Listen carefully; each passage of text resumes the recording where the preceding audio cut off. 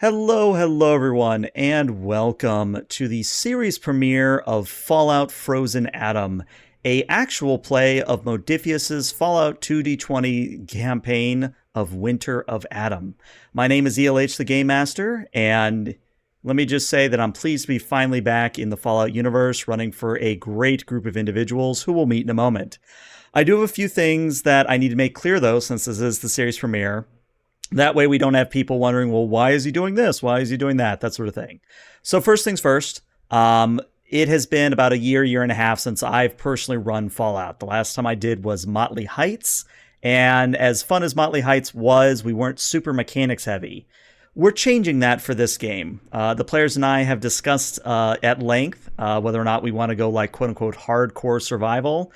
And we've come to the conclusion that part of the charm of Winter of Atom, since it is a frozen environment, that we need to be incorporating some survivor rules. So we're going to get some rules wrong. We're going to be making some quick calls in the moment just to keep things moving. But just keep in mind that I'm probably going to be looking up the rules a lot more than I did in Motley Heights.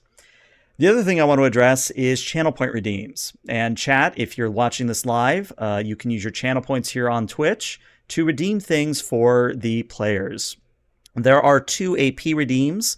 There is a Nuka-Cola Quantum redeem, and then there's a regular Nuka-Cola. The regular Nuka-Cola is just 1 AP, and Quantum is 3 AP. There's also a Wild Wasteland redeem, and it's something you can only redeem once per stream. And Wild Wasteland is basically what Wacky Wasteland is in the games, where I have a chart of about 200 things. I roll on it, and something real random happens. That Wild Wasteland will take place whenever the players make camp for the night. So it's already been redeemed for this stream, but just moving forward, if it does get redeemed, it'll happen when the players are resting. That way we're not interrupting a super serious moment with, oh look, there's a falling cow out of the sky. Where did that come from? But I think that's all I really need to go over. We'll just go through quick character introductions, and we'll get this thing started proper. So we'll start with Saxy Guitar. If you can introduce yourself and give us just a quick blurb about your character. Yeah, Saxo Guitar. You can find me on the on ELH's Discord or on the actual community Fallout Tub. I don't really do much on the internet, so that's actually the best way to get a hold of me if you ever want to ask me any questions. But I am playing Professor Clayman, first name Ren.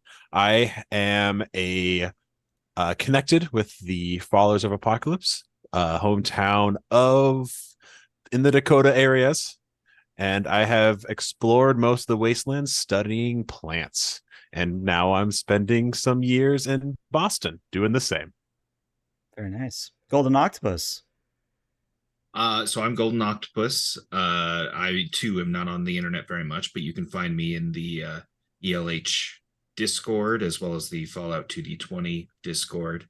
And that's probably about all you'll find me. I don't really use anything else. So, but I will be playing Brother Hugh of the Children of Adam. I have traveled the wastes to follow the words of Adam and spread them among everyone. He didn't do the voice during session 0, so I'm already loving this. This is good. I love it. And certainly last but not least, I'm going to get it right, Mukies. Yes. Hi. I go by Mukies, or you can just call me Amy if you want. My character is a raider known as Raging Kate. She's a taker of chems, a smasher, and a basher. She has charisma and intelligence down, but her spirits are up. You know what, spirit, honestly, most important part right there. Yep. Kicked out of her raider group for being too cheerful. Hmm? Yeah. It's always something weird in the wasteland, isn't it? Yeah. Oh, hey, you guys also got a regular Nuka-Cola. You're already up to 4 AP. That's a good way to start a session. Just start with 4. Very nice.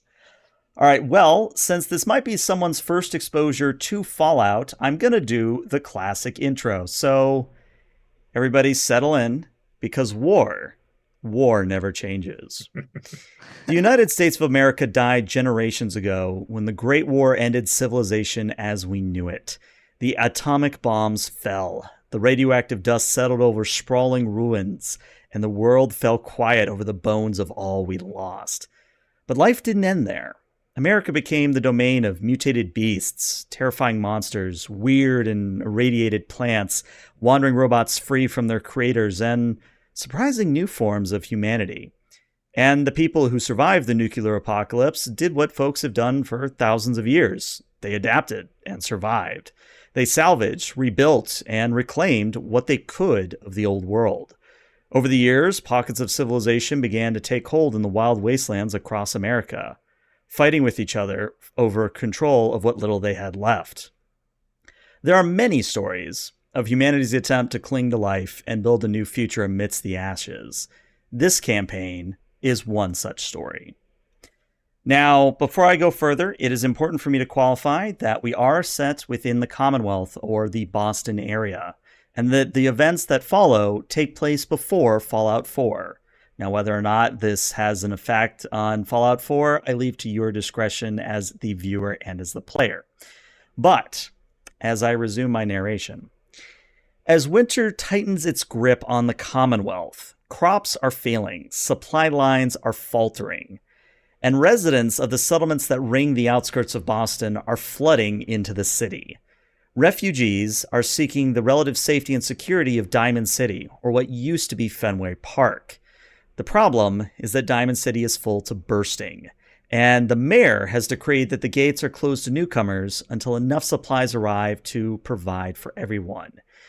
Now you three, Professor Clayman, Brother Hugh, Raging Kate, you all have been traveling together for a time. Now, whether that's a short amount of time, long amount of time, I'm going to let you guys describe to the viewers in a moment.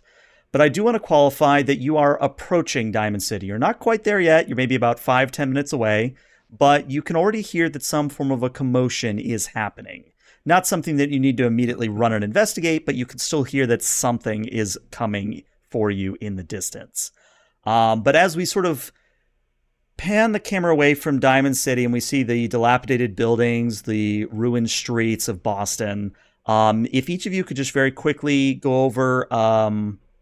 let me see. Let's go with where you are coming from in terms of... I think we actually might have covered this already because I know the professor did. If you're not from the Commonwealth, where you're coming from, what your character looks like. That way people who are audio listeners can get a view because sometimes we have audio listeners only. And then anything we need to know about your character that you didn't already do in the introduction, like maybe he's carrying or he or she is carrying some implement or things of that nature. And we'll just once again go around. So what do we know about the professor? Yeah, so touched upon the follower connections.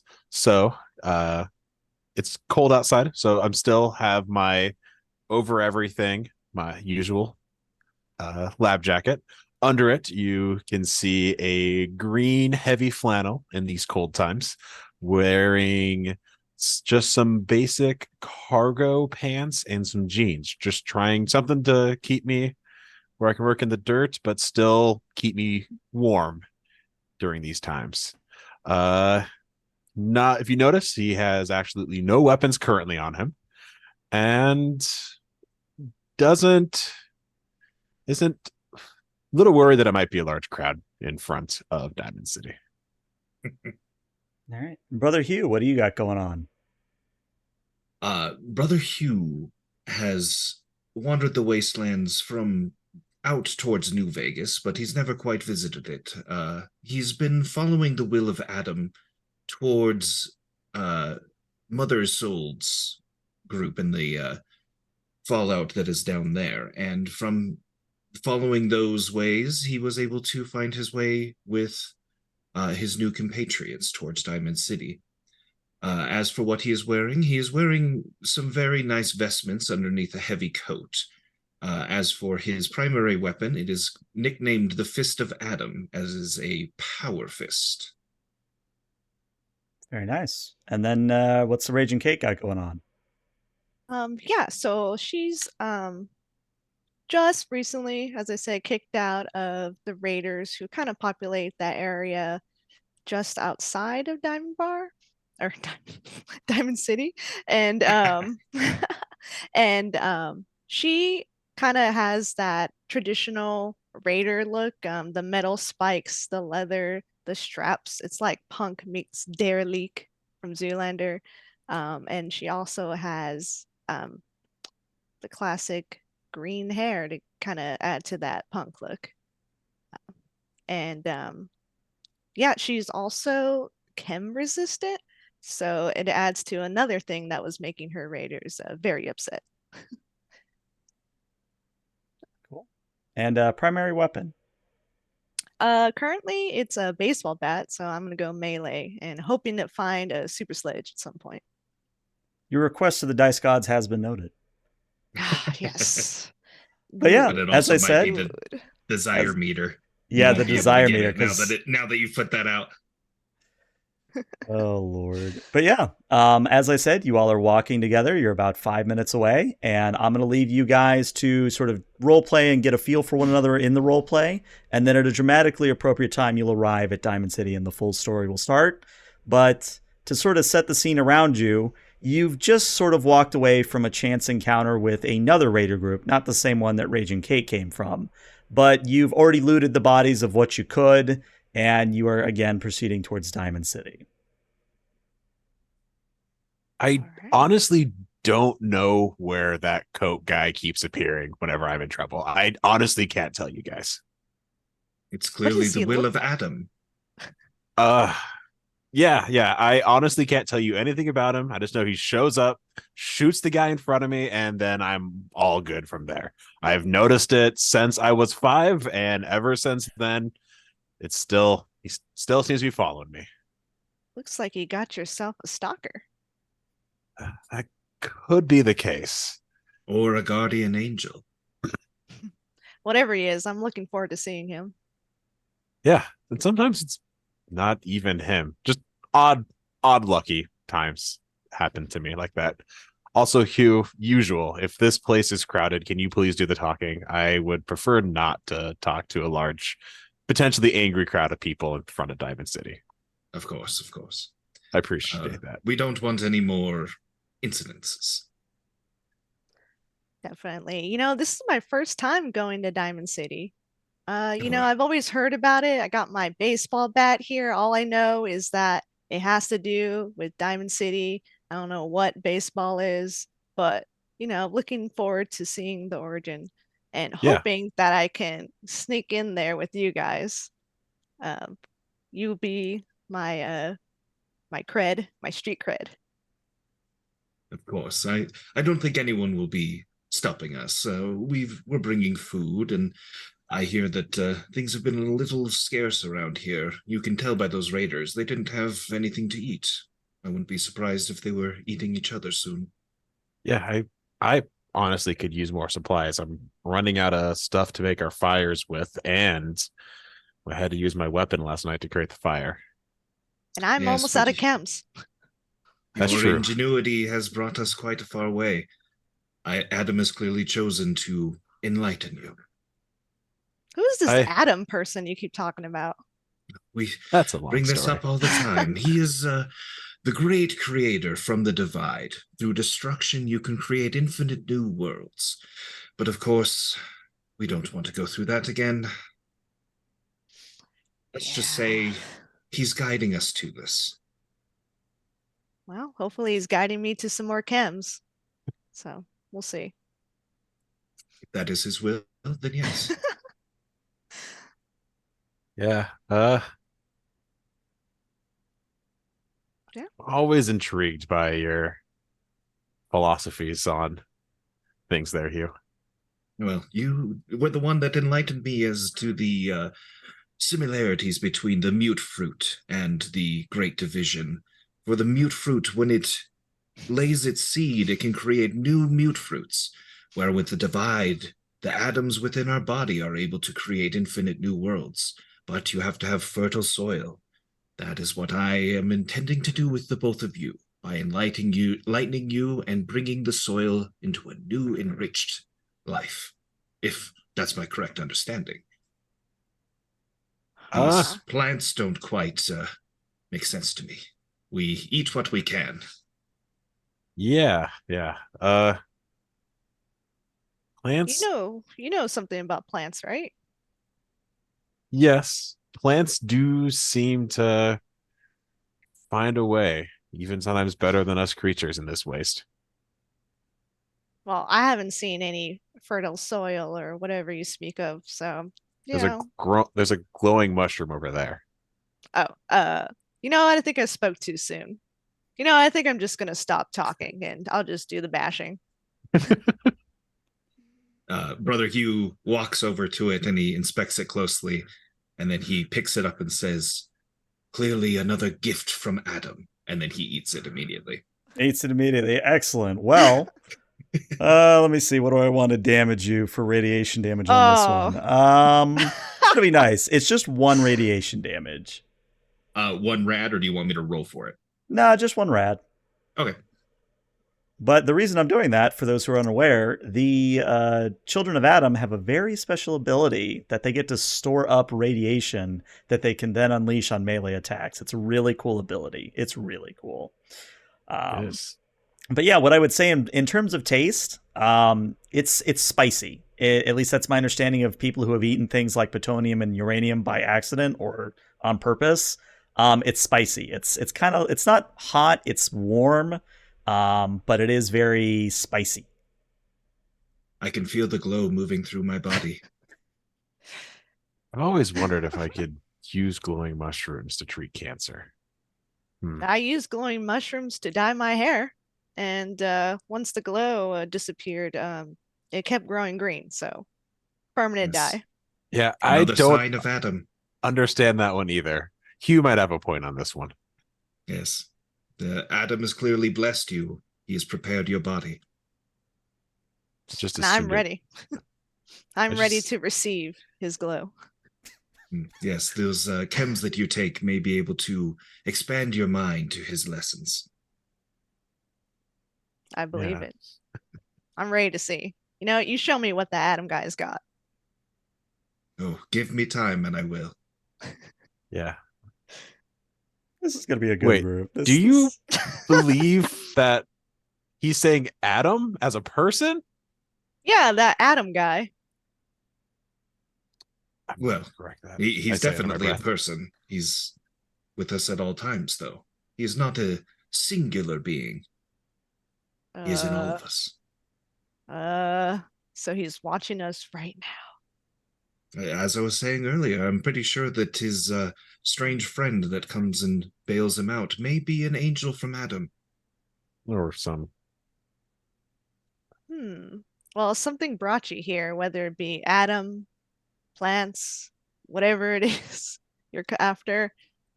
I'm going to follow you guys because clearly my hair matches your Adam's glow. So it must be a sign. And honestly, sometimes the groups you run to are big enough that an extra person with a big stick is always useful. Definitely, of course. I got my raider training. Also convenient that I just got kicked out, so I'm looking for a new group to travel. What does raider training entail? Yes. Raider trading? Training. Oh, yeah. Usually it's a lot of chems, a lot of loot that person, fighting each other, kind of like you know how when you got a bunch of brother and sisters and you fight to eat as much food as possible? It's like that, but with like chems. Hazing. Yeah, I guess so. But my crew wasn't exactly how you say the smartest people. And I was thinking, maybe if you go out there and build relationships, you can get more loot than scavenging. And that was really the thing that hit the nail in the coffin to kick me out. I can't say that I fight with my brothers and sisters. I always was. I was from a small tribe. I don't remember who my parents were. Very unfortunate. Everyone just kind of, what's that old saying? Oh, well, something about the neighborhood raises the person type of thing. Oh, you're saying you've been to Good Neighbor? Good. No, there's not a lot of plants in that area. Then I don't know what you're talking about. Okay. We'll elaborate at some other point. It's about that time that you finally arrive in front of the gates of Diamond City. May I just say again, this is going to be a good group. I'm already feeling great vibes off this group. This is going to be great. So what you're seeing is that there are a row of heavily armed guards that are at the bottom of the stairs, and behind them, the shutter is coming down very slowly. And the guards are armed with batons, and they look ready for a fight. And in front of them is a large throng of people that are shoving each other, trying to get in, and the guards are rebuffing them, pushing them back. And in fact, one of them yells, "Step back!"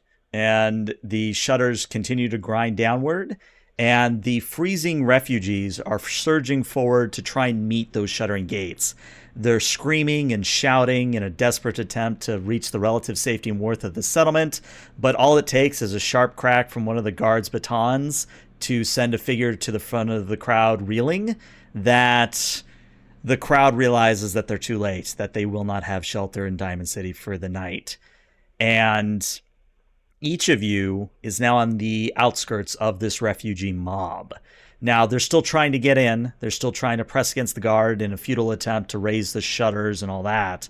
But I did want to give you a moment to comment or otherwise get a lay of the land, as it were. And whoever would like to make the first roll of the game, if you could give me a perception and a survival at a difficulty of 0, we can kick this game off. Now, if you need me to walk you through anything on Foundry, just shout. I'll be happy to walk you through it. All right. So my No perception's not the best. I can do it. I don't mind. I have a 5. I don't know what you got. Yeah, I'll do it Okay. because I can always, but I won't. So I am rolling 2 d20s. Mm-hmm. My attribute is rolling. a 6. My skill is a 3. It is not tag. And regular complications on this, I assume? Yep, regular complications. I at least have 1 success. Well, that gets you 1 AP. Also, I think if you, on your sheet, if you actually click the skill in question, it'll save you some typing effort. I will remember that for future. Thank you. Yeah, of course. Again, I probably should qualify that I think everybody here is new to Foundry, I think, if I remember Yes. correctly. Yes. Yeah. All So there's going to my be times where we try to get technology to do what we want. But again, I'm happy to teach. All right. With 1 success, what you are going to notice is that there is a lone figure kind of not on the opposite side of the crowd from you, but if the crowd is right in front of you, kind of off to your right, there is a lone figure that's being jostled and pushed around by the crowd, but she's trying to get further in. And you notice that she has been beaten and bruised, and her thinly padded armor is torn in multiple places, and her face is covered in slash marks. She keeps trying to push forward through the crowd in vain, but is, as I said, continually being rebuffed. And you hear her voice over the crowd, and she cries, "Help! Help, please! Mayor McDonough, I need to warn him." I need to help treat this lady. Can you keep the people distracted while I try to treat her injuries and see what's going on? Of course. Start Hugh preaching then- about Adam. That's what I was going to do. He stands up and he goes, "Fear not, everyone. Adam is here. We can rejoice, and we will not be shook by this cold winter that has come in. I will bring," and then he kind of fades off into the back. I figured, yeah, I wasn't sure how long you wanted to go. Like, if you want to keep going, I'll let you. But That'll be the All end right, of the well- session. Yeah. So you are going to make me a charisma and a speech test at a difficulty Okay. of 3. Now, something I should qualify real quick for anybody who's never played Fallout 2D20 before, this is mostly for those of you out there listening, is that by default, the way the system works is you roll 2 20-sided die, and you want to roll under a target value. And you get your target value by adding an attribute and a skill number together. You roll under that, you get a number of successes, you pass a test. The difficulty is how many successes you need to pass. So when I say difficulty of 3, there needs to be 3 successes on the die. Now, for those of you who are paying attention, you might be thinking, well, ELH, if you're only rolling 2 dice, how are you going to ever make a difficulty of 3? Well, there's 2 very important rules that go on top of that. One thing is called a tag skill. And if you have a tag skill, that means that skill number, you crit under that. So, for example, Brother Hugh, is speech tagged for you? Yes, it is. Excellent. What is your speech value, out of curiosity? It is 3. All right. So in this instance, Brother Hugh would be rolling under a 3. So a 3, 2, and a 1 would count as a crit or 2d20. So 1s are very good in this game. You want to see low numbers here. The other way, which I imagine now that Chad has granted us some AP to start with, is you can buy additional die with AP.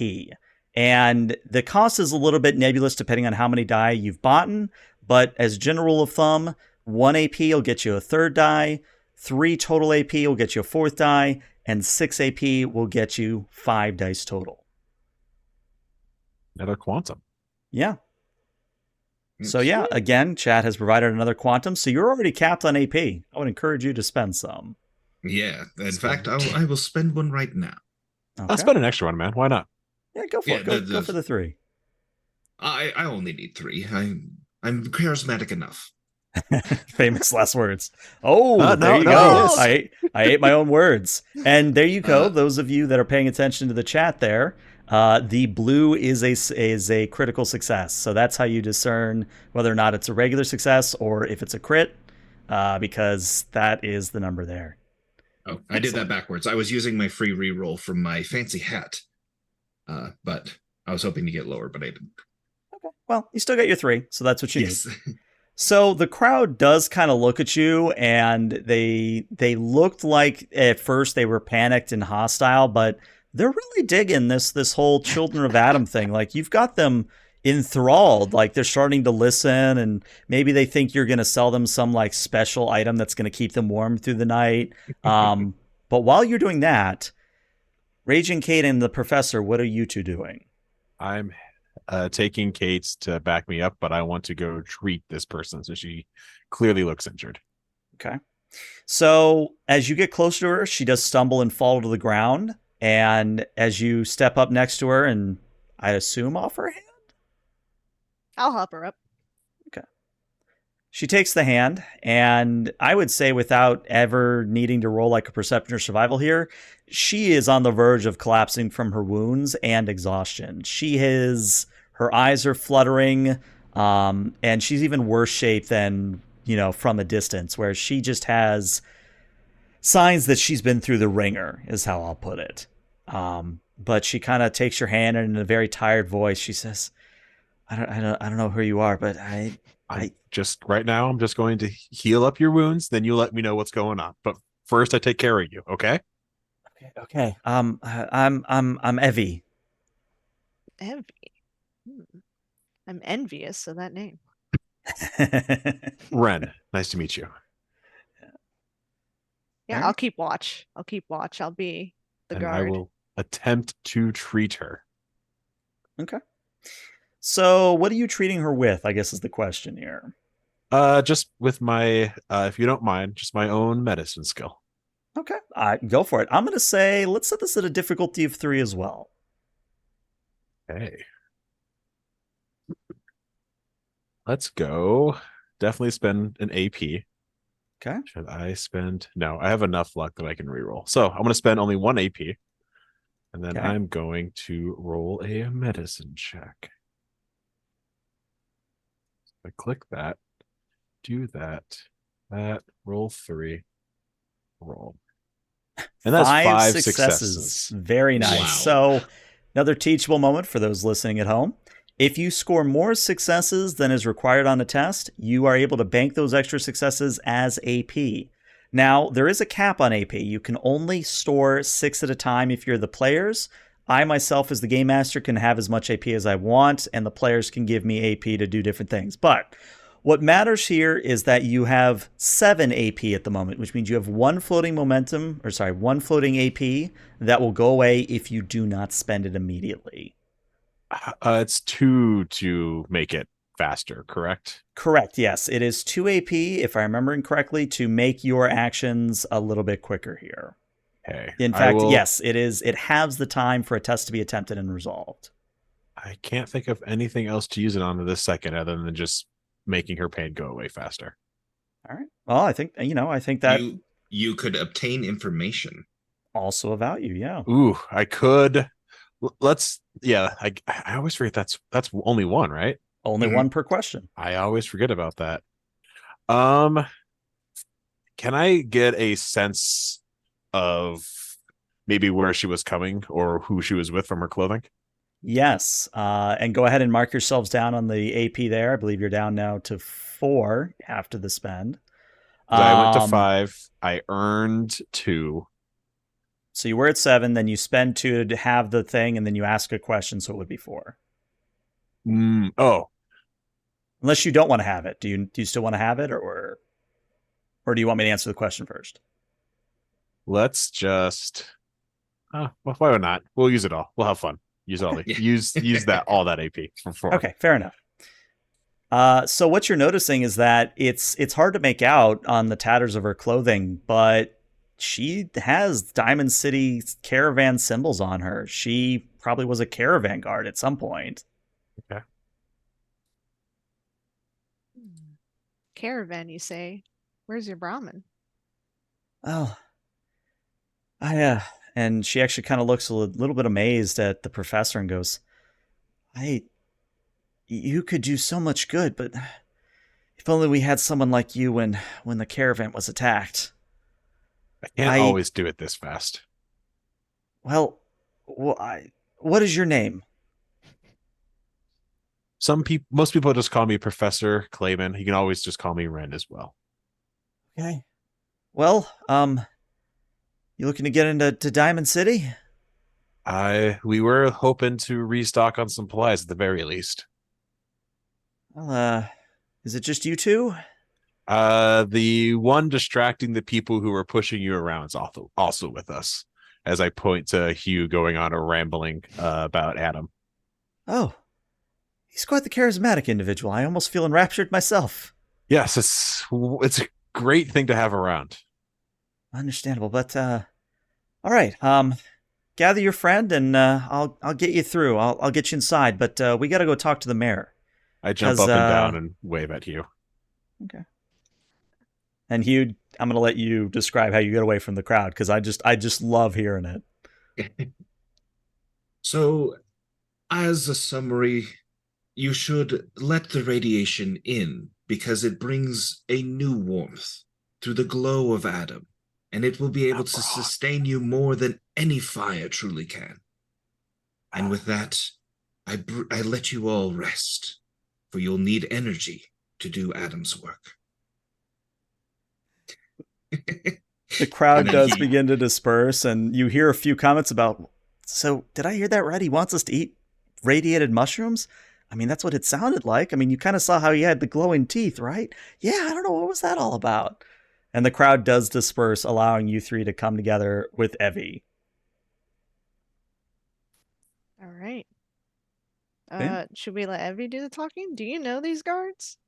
Yeah, I interface with them all the time. And Evie steps forward, a little unsteady, but she's not in any danger of falling over because of how quickly you treated her. But she kind of steps up and goes, "Hey, Frank, it's me, Evie." And the guard raises the visor on his helmet and goes, "Oh shit, Evie, you look like you've been through hell." Yeah, it's not great. Can you let me and these three in? Frank kind of looks around and goes, "Oh yeah, you're the one that calmed the crowd down. Sure, yeah, you guys can come in. You're good." And they pound on the shutter, and it raises just enough that you can duck under it, kind of a thing. My first time. Now, The for those who place- have never seen Diamond City, let me give a little bit of a description. So, Diamond City is built literally again within Fenway Park, which means the field is now covered by makeshift buildings, thoroughfares, and other bits of shop and living spaces. What you are noticing is that everything is coated in a fine layer of snow. In fact, it just stopped snowing a few hours ago, so there's a lot of fresh powder still settling. The people in here are weary, they are tired, they are lethargic, where they are bundled up as best they can against the cold, but you definitely see that more than a handful of barrel fires are going, that people are huddling around nearly any source of warmth that they can find. And for your part, Evie does kind of pull you guys over and start leading you towards a lift that leads up to one of the old sort of press boxes that used to look over the field of the Fenway Park. Do any of you want to linger before stepping on the lift, though? I mean, I'm ready to take in the view. You say that there's people gathered around barrel fires. Yes. What is kind of their physical condition? How healthy are they? Are they looking worse for wear or standard Fallout worse for wear? I would say just a smidge less than standard Fallout. It's not been tremendously hard for Diamond City yet because of the caravan, but if you've got Evie here that's saying something's happened with that caravan, you get the feeling that that could change very quickly. Okay. I turn to my compatriots and I say, it's probably best that we don't linger here because we don't want to cause a panic. I don't want to have to preach again because we all know that my voice does get a little hoarse. And hopefully nobody recognizes me, so maybe we should get out of here. Just don't go wandering too far off without one of us. No, but I plan on sticking near you guys for the time being. Works for me. And I step on the lift. Yeah. Same. All right. So you step on the lift and it begins cranking up towards the press box. And what I should say is that this lift is an old windows cleaner, so there's very little to hang on to. It's a little bit shaky, but you are treated to a very nice view of Fenway Park, or now Diamond City. And up there is another set of guards, as well as a secretary who kind of waves you past when they see Evie, and they go, "Oh yeah, Mayor McDonough will see you now. I hope you're doing okay, Evie. Are you all right?" Yeah. Just let me talk to the mayor.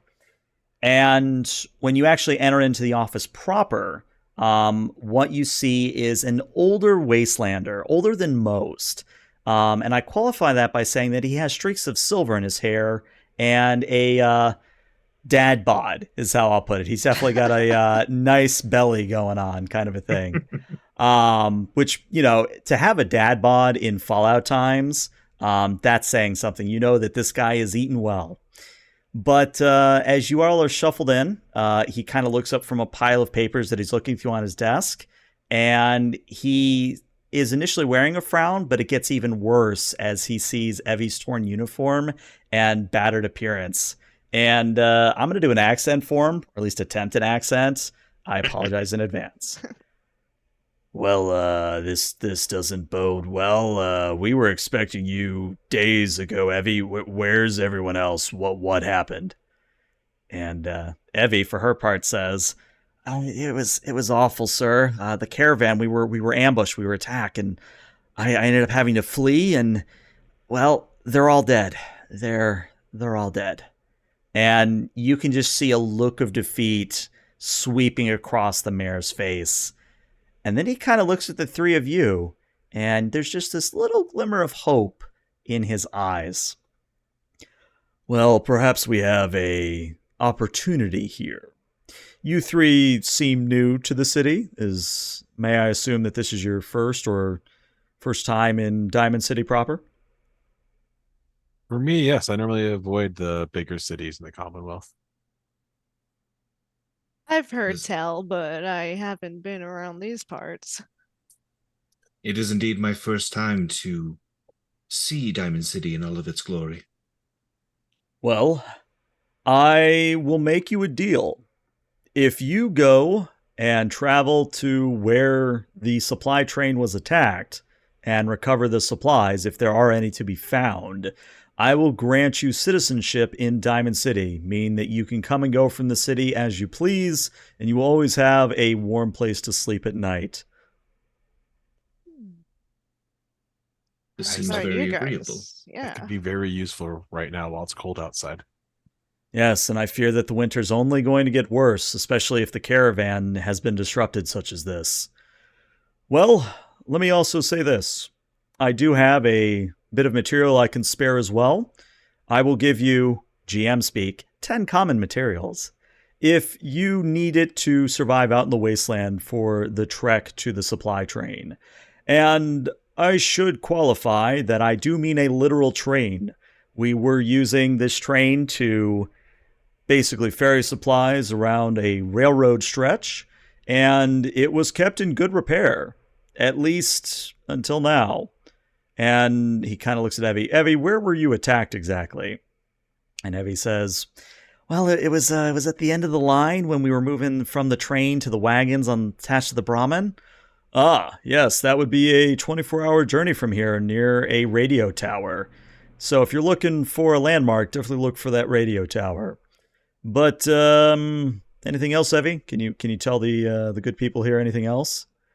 Well, there was a strange man wearing priest robes, kind of kept to himself, and he had a strange necklace symbol thing, glowed a little bit, and he was kind of keeping to himself, and he was weird, so I kind of didn't mess with him. But also the attackers, they were just, and she kind of looks at Raging Kate.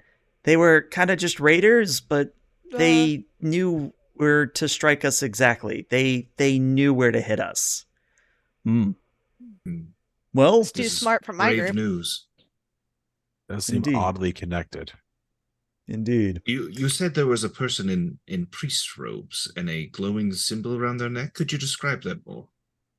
And she thinks for a moment and goes, "Well, he was a thin man, and he had long white robes, and he had a pendant on his neck. It was a thin chain, and it was a long triangle with a thick circle inside of it, bisected by like a vertical bar." And she kind of squints her eyes as if she's trying to envision it. It kind of glowed yellow a little bit. Interesting. That is odd. Perhaps it is Adam telling me where to go next. Perhaps we should find this priest and question him further. Maybe he knows Adam. It's entirely possible. All of the children of Adam, the family is quite split. How many kids does he have? Well, we're all children of Adam. Oh, I haven't met him. Have you met your parents? I mean, I don't know. I've kind of just was found by the greater group and raised, and they kept trying to make Okay. raidery impressions on me, but it didn't work. But if I understand you correctly, Mayor, the materials to help us on the way, out in the waste, that was payment up front, correct? Consider it a small bonus for doing this task for me. Of course, if you abscond into the wasteland and I never see you again, I will be cross with you, but I won't be sending people out to hunt you. I think we could help them out, guys. What do you think? Yeah. I mean, there's nothing else for me to do. Mayor, if I may, Of course. Adam brings about great works, but Adam helps those who help themselves. And you are asking us to help you. Perhaps you could help us out more than just the materials. Perhaps some shops down in the lower levels, are they willing to give us a discount, or maybe some caps to help us buy what we need? Yep, saw this coming. That's definitely going to be a speech. And actually, this is a good opportunity for me to flip to the new settlement rules. So let me just find those real quick. Let's see. Because one of the things that Winter of Adam as a module and as a kind of a splat book kind of enabled is there's now things called settlement reputation and things of that nature, where you can raise your value with a settlement, kind of reputation based, and the more you do, the more good things you get. That's cool. All right, let me read here. For ease, group of characters, Aha. So, you're going to be rolling a charisma And I believe charisma +2, but let me double check because I believe since you saved Evie, you started at 2 here in Diamond City. Just double check. Yes, you do. You start at 2. So you're going to be rolling a charisma +2 here at a difficulty of 4. Okay. So I don't use my speech skill? As far as I'm reading, no. It says specifically whenever you are attempting to interact with somebody, like to barter or get a discount, that is when you roll the settlement reputation. Okay. Now, Even of course, with the if we barter find that skill? it doesn't work out, we can always modify that, but that's what it says if I'm reading this correctly. Okay. Yeah. May I assist him in this role? You tell me how. If this all works out for us, sir, I would also happily try to help out around town with repairs. I've noticed some of your solar panels aren't inlined well enough to get a proper amount of sunlight during these winter hours. Oh, you actually know how those solar panels work, do you? Yes, I've worked on a few of them in the past. Well, we haven't had anyone who knew what the hell those things did. We just kind of hoped that they were pointed at the sun and did their job. If it makes you feel better, you're not the first person to tell me that. And yeah, go ahead. So for those at home, an assist roll is just 1d20 that the assisting player rolls, and it has all the stipulations on it as a regular roll does. I'm going to spend a luck point and use my luck stat. Okay. I should also talk about luck. You go ahead. Yeah, go ahead. So luck is something that each player has as part of their character. They have access to a pool of luck points. Then there's no real easy way for me to show luck points on stream, but there are a number of cool things the players can do with luck, and luck resets every major mission. So yeah, if you want to use your luck to roll with luck instead of your charisma, go right ahead. I'm going to use my small gun skill because it's a +0. Just so you're aware. All right. So I'm rolling 1. It is a 9 to my roll. Let's see how well my assist is. I'm going to spend another luck to reroll that. All right, go ahead and reroll that.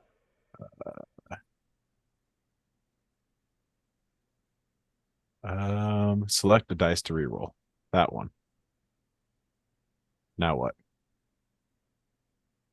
So now you push the reroll button. Oh, wow, that made it worse. I'll spend another luck. Not a complication though. That's what matters. All right, so I think you can only spend luck once. Yeah, I tried. So, okay. Unfortunately, Professor, you're not really helping. But let's see how Brother Hugh does. Okay, so I'm going to buy a die. My attribute is 8, and I'm getting a +2. But I'm assuming it doesn't count as a tag skill. No, unfortunately, it does not. Okay. So and again, we might be modifying this, but for at least the first few sessions, we're going to be trying it out, see how it works. Okay, perfect. And also, you did just get a Nuka-Cola from chat. Thank you, chat. Yes, what was the difficulty again? A 4. A 4. Ugh. You can. We have the AP. Just do it. Buy another one. Well, he can't because you you have to do it before the roll. I did. That's my mistake. I apologize. So I'm going to use one of my rerolls from my fancy hat because it's technically a different scene. Okay. I assume, unless it's not. Okay. And then I'm going to spend a luck point as well to reroll. But I can't. Do I click on the ones to keep, or do I click on the ones to reroll? I think the ones to reroll. Yes. Okay, so we'll take the first 2 then. So that is now an 8 and a 13 and a 1, so that's 3. So I'll make you a deal. I'll offer you a success with a complication. I'll take that. Okay. So complication, again, for those at home, is just fancy talk for me saying there's a yes but instead of a yes and.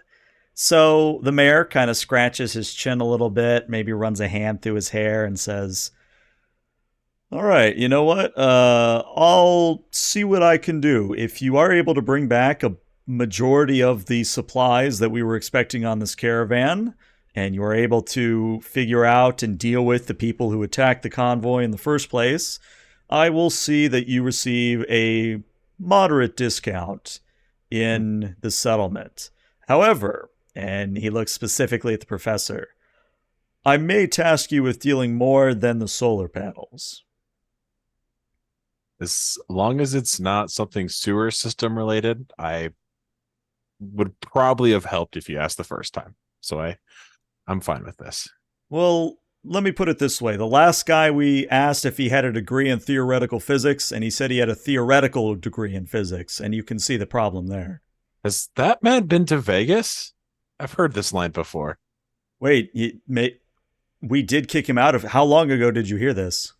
I've been in Boston for 2 years. And before this, I was in Vegas. Took me about a year to get across the lands. Let's just say about 5 years ago. We kicked him out at like that might be the same guy. That explains a lot. Yes, you're going to need my help with some things. I will happily agree to these terms. Very well. And then he kind of looks around to see if anybody else has any other questions or wants to attempt another diplomacy roll.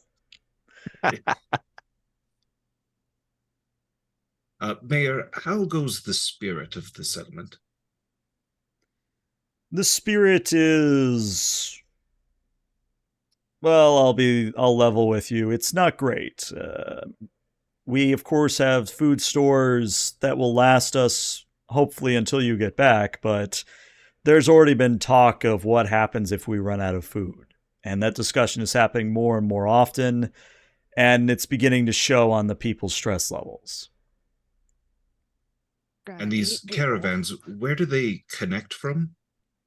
Well, they connect from the entire railway line that still exists in northern Boston. So are there smaller settlements that are doing better, or is it a trade? There is a trade, yes. There are multiple spots where the train stops to unload supplies, but if that train has been derailed, as is what it sounds like, we have a new project ahead of us. Indeed. Well, I believe that we have everything all situated, unless anyone else would like to speak up. No, I'm happy. Can we use your workbenches or such? Oh, yes, of course. That's included with your citizenship. Can I use it before I go? Well, depends on what you want to make. I point to the nails at his desk that he's about to offer us, and then I point at Kate's bat. Oh, I see. Why not? Go ahead. All right. I'd appreciate that. Thank you. Good old Bessie appreciates that too, and I kind of motion over to my bat. Very well. Evie, can you see them out and make sure you get some rest? Yeah, I'll do that, Mayor. Thanks. And then Evie kind of starts moving for the door, and we'll stop and wait to see if you follow. I will grab all the junk. Okay. Again, it is 10 common materials. And those materials don't have to be spent on a campsite, but you probably want to save some for a campsite. Mm-hmm. On the way out, I turn to Hugh. I hand him 30 caps. Buy me as much junk as you can with this before we leave. I will do what I can. I need about an hour to work on this bat. I don't quite understand how you put things together, but is there maybe something you can put together for Kate to take off that edge that sometimes she has? How about we get accepted into town before I start making a list of things? Well, I do have a Calmex to kind of hold me over, so my emergency Calmex. To each their own, I suppose. All right. How do you? He will then walk towards the shops with his newfound caps. Oh. Yeah. So now I actually have to look up charts, and we have a shopping episode, everybody. We did it the first one. We're already shopping. Woo! Just a quick, literally just buy me as much junk as you can. Yeah. Oh Lord, let me see. Page 'Cause 181. Let's see what we You got guys can here. do something while I'm building a baseball bat with nails in it. Yeah. Yeah, Behind you, good old Bessie. That's what I was gonna ask. Do you already know the difficulty and what you're rolling? I do. It will cost me 3 of your 10 common pieces, and it will take me 1 hour to roll. My DC on this is 0, so I might just roll to get us a chance to get some more AP. Yeah, and you did just get a quantum from chat, so you're already capped on AP again. I might have to increase the cooldown on that. Yeah. Maybe not.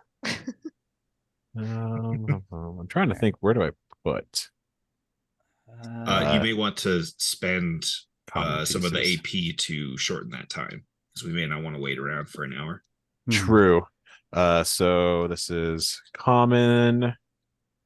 I have 7 of those. So we have what, 2 extra floating, or what? How would you have floating? You have 1 floating at the moment. 1 floating. I don't know what to use the 1 on. I guess. Well, so chances are you'll get a success, and since it's passed the test, it would immediately True. go into AP. So you might as well spend at least 2. So I will use the 2 to make it so I only take a half an hour, putting us at 5. Okay. And then I want to save my 7 common pieces. There we go. Now to do a quick roll of my stats.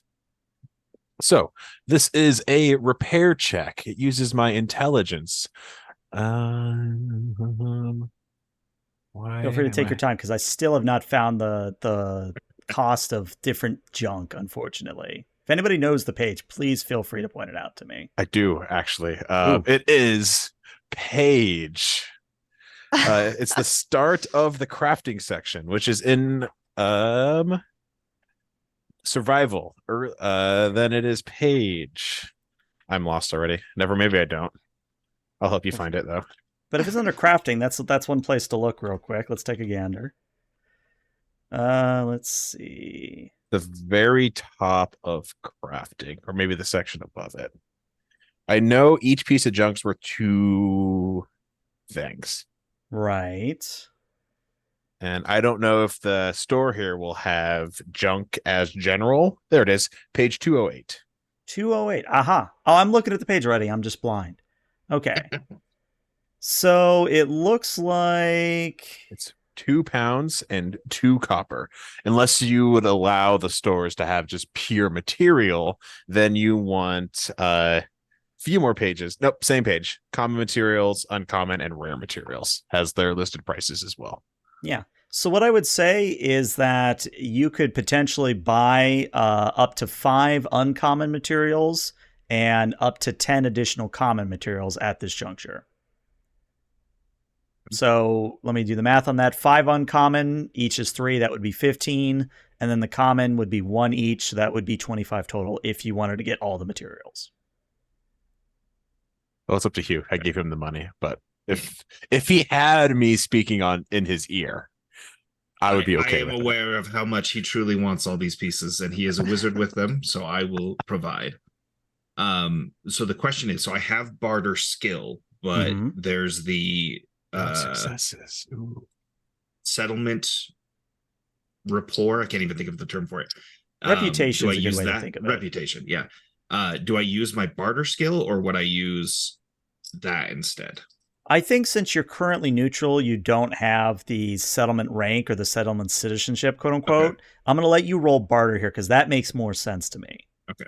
It's only like when you're asking for something new at your reputation that we're going to use the reputation rules, or at least that's how I interpret them. Yeah, I agree. That's perfect. All right, so let's do a barter. I am going to spend 1 more AP to get us to 3. Okay. Unfortunately, it's not a tag skill, so let's see how this goes. All right. Well, that's 3 successes, and I was going to make it a difficulty of 2. So you actually get that AP right back, and I'm going to say you can take 5 caps off the prize. Okay. So that'll be 20 caps in total. Correct. All of the okay. All right. I will come back with 10 caps for the professor and all of that equipment. And then you said how many? You said 5 uncommon and 5 how many common? 10 common and 5 uncommon, so you have a total of 20 common and 5 uncommon. And I've already used 3. So 17 common. Okay.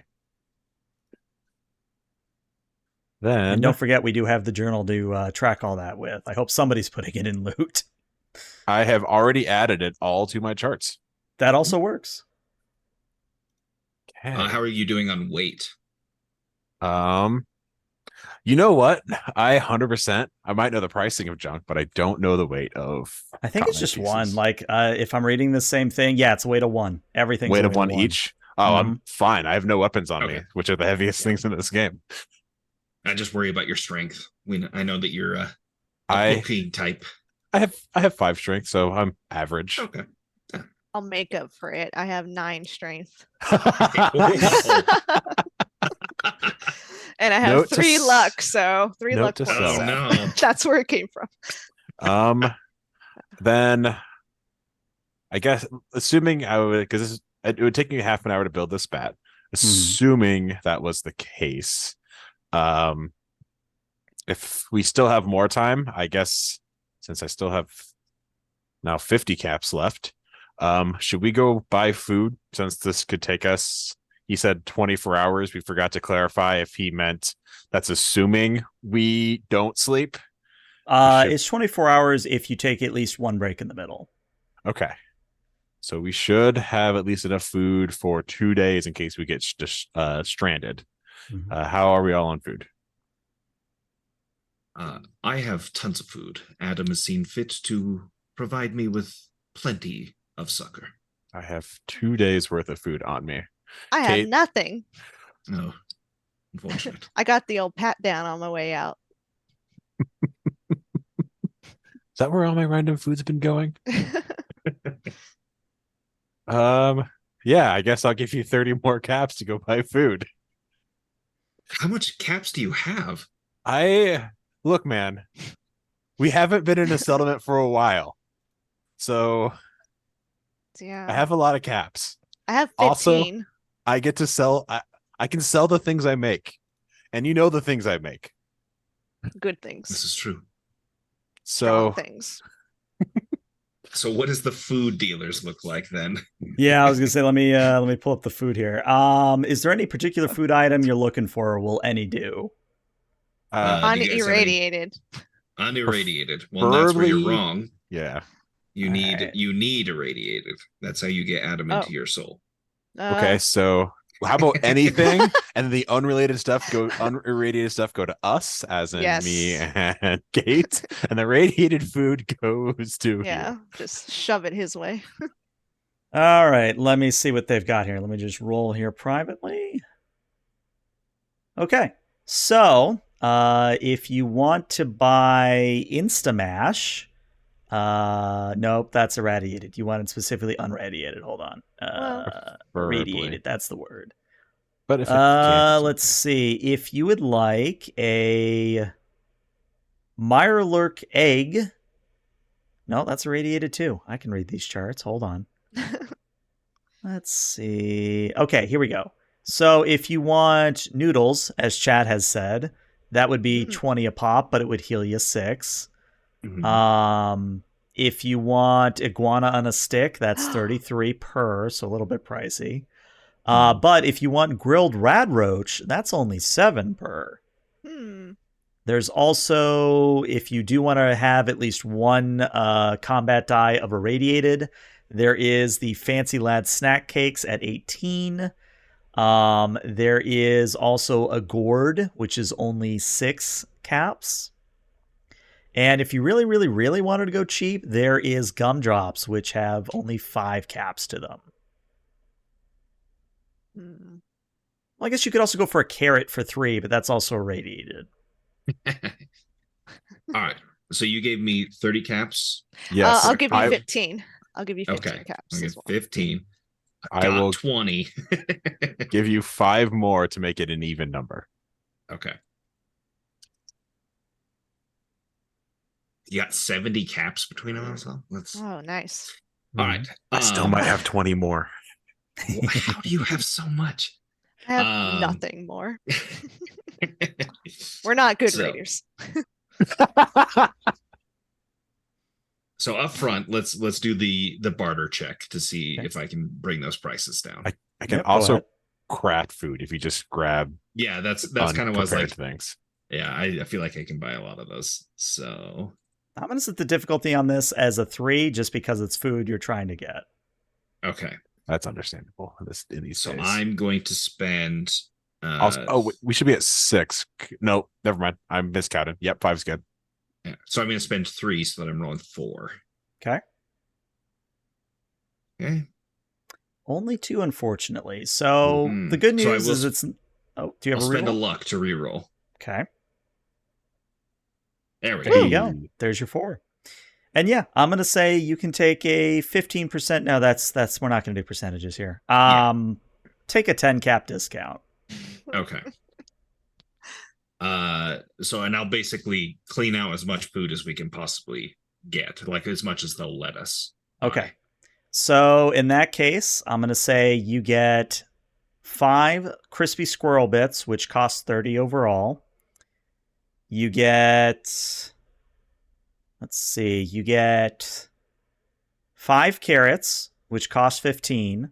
So that's 45 reduced to 35. How much do you have remaining? Sorry, it's not letting me edit my notes that I was prepping for it. There should be if you mouse over it, there should be an edit icon that'll appear to the right in the window. Mm-hmm. Yeah, when I click that, it tries to make me search. It brings up a pop-up for me. I can write it in general. Oh, there we for go. us if you Yeah, need to. the pop-up Okay. I had hidden. All right, so we have a total of 70 caps. Hmm. If you need more, How let me much? know. How much did you say that we spent? At the moment, 35. Okay. And again, that's 5 carrots and 5 crispy squirrel bits. Delicious. But that's about what they're going to give you because they start to notice you're buying a lot of food, and they're starting to give you the not angry eye, but the judgmental eye. Understandable.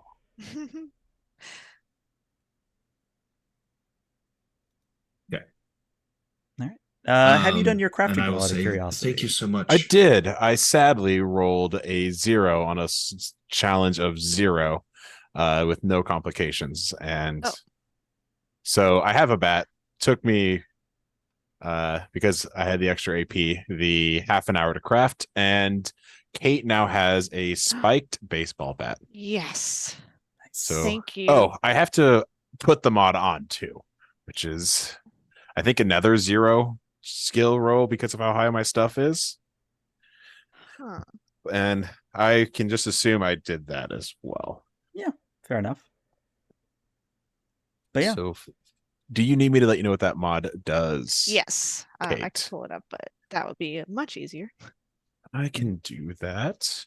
Well, Let's we're handle it figuring during out the break because food.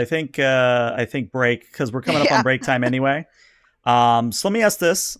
Do any of you do anything else in Diamond City before you head out into the wasteland towards the fallen supply train? I think we are overstaffed for heading out into this cold, bitter land right now. So I'm happy. I think we're all good to go. Excellent. Then we will go to break at the scene of the players leaving Diamond City as the wind picks up and the snow obscures the screen. We'll be back in about 5 to 10 minutes, everybody. Stick around.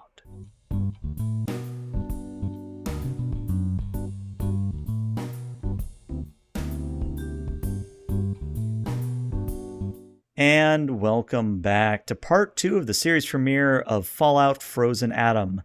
We rejoin our little intrepid group of adventurers as they leave Diamond City into the frozen wasteland, as it were. Now, we are going to be using the rules for journeying throughout the wasteland because this is how we deal with things such as cold exposure, fatigue, hunger, thirst, and things like that. So, I'm going to break it down, and eventually there's going to be a handout for it. I just didn't have time before the session, but here's how it works. First things first is the base difficulty of the journey is a 0. So it starts out at a 0. But now I have to ask the questions. And every time you say no, I raise the difficulty by 1. So first things first. Is the journey along established routes between settlements? No. So difficulty 1. Are you familiar with the area? I'm going to ask the question, have any of you been to Northern Commonwealth at all? I would say I would have probably explored that area since I've been in here for a couple of years because it's not part of the major bustling area. Mm-hmm. But you've been in the Northern general area, though. Yeah. Okay. So I'm going to say yes for that. Is the area under control of a friendly faction? No. Difficulty 2. Have you been given good directions or you know of a prominent landmarks? Yes, because you know to look for the radio tower. Are there obstacles in the path? There's not. So the difficulty on this is going to be a 2. Now you all need to decide who's going to lead you all, who's going to be doing the survival skill here. And you can pitch to me what you are going to be rolling with survival, whether that's a perception or strength or intelligence, but it has to use survival. I got 3 survival and 9 strength. If you can explain to me how you're using your strength to get us there, I will let you have it. Otherwise, it's gonna dig a hole Yeah, I'm gonna, straight there. Oh, smash I my way. found it further reads. It's actually by default, it's an endurance and survival is the Oh, default. I got so it is. 9 endurance, so boom. yeah, you got this then. Yeah, you follow. You lead. Yeah. We'll follow. I just Okay. basically smash all the branches and anything out of our way so we can go in a straight line. Gotcha.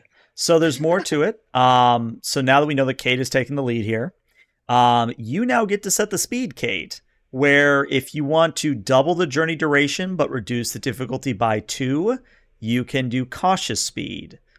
If you want to do normal speed, you reduce the difficulty by 1, which would be 1 here, but you make the complication range 19 to 20. If you want to have the journey duration, again, it's a 24-hour journey, so if you want to make it only a 12-hour journey, you can make the complication range a 17 to 20. What do you guys think? What's the difficulty at right now? At the moment, it's a 2. 2. Okay. Just real quick though, I do want to point out that the real evil Steve says for your strength check, you could just carry everyone. That's true. It's true. Um, Get on my back. Get on my shoulders. I don't want to show up there near the middle of the night, which a 12-hour journey would probably do that to us. So I'm going to suggest we go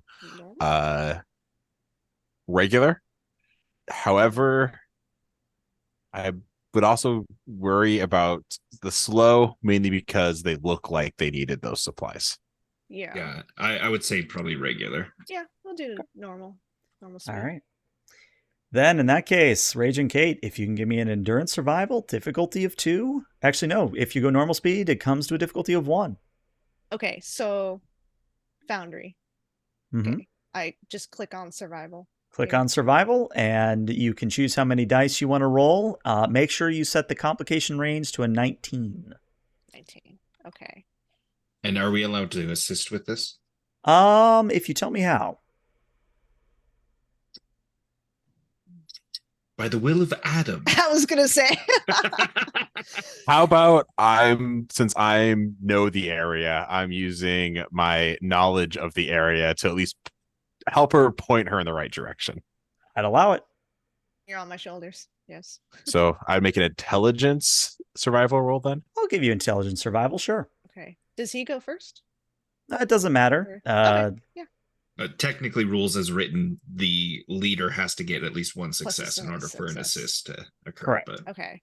Let me just roll the normal 2d20 here. Mm-hmm. I got All right. Well, we have 1 success, so we do need to see actually, no, any more will give you AP. Woo. Hey, do I do it or do I risk the complication? Do it. Do it. Do it. Okay, that's 2 out of 3 since I'm going to not vote for my own choices. Survival, change that to 8 for intelligence. Skill is 3. Change complication you said to 19. Mm-hmm. And I roll 1. All right. You actually get another AP, bringing you to 3. So you journey north through Boston, through the frozen, wasted spires, until you eventually find the beginnings of a railroad track. Now, unfortunately, this part of the railway has been, Well, it's seen better days. The tracks are twisted, and there's definitely no way a train's going to be able to come over them without some severe repair work done on them. Which is probably why the train didn't really come closer before everything went down. But you do eventually get to that point where you need to think about making a campsite. And this is where we will do the Wild Wasteland, but first let's set up your camp because that could be a major deciding factor in what happens here. All right, so the way a campsite works is it's a group perception and a survival with a difficulty depending on how much of a campsite you want to make. And what I would tell you is there's 6 tiers to a campsite. Each tier requires its own materials, and even if you fail, you can make a campsite 2 tiers lower than the tier you attempt. So if you fail a tier 3, you will at least make a tier 1. And if you do fail a tier 2 or a tier 1, you still make a minimum of a tier 1. Now you're probably wondering, ELH, what does a tier mean? For every tier you have, you can have a number of features to that campsite. And this is all covered in the campsite survival rules if you're looking in Foundry. But for those at home, I'm just explaining because you don't have Foundry in front of you. Features that a campsite can have include a campfire, which protects against cold exposure. You could have shelter against the elements. You could have comfortable bedding, a cooking station. You could have an alarm site. You could have a clean site, a concealed site, or a defensible site. And these are all different features you can buy if you so wish. But again, it is a group perception and a survival depending on the tier you wish to make. If I recall as well, can we use an AP to substitute something? Let me check. Oh yeah, +1 for every 3 AP spent after the test has been made. Yeah, that's for features. I think he means on the roll itself. Yeah, I think, like, for example, I think we can spend either luck or AP to, let's say, definitely, I think it's luck. To say we find we find like a place that's already sheltered to start our camp, like that example, like a train caboose. Oh, I see what you're saying. Let me check. Let's see. Well sheltered caboose.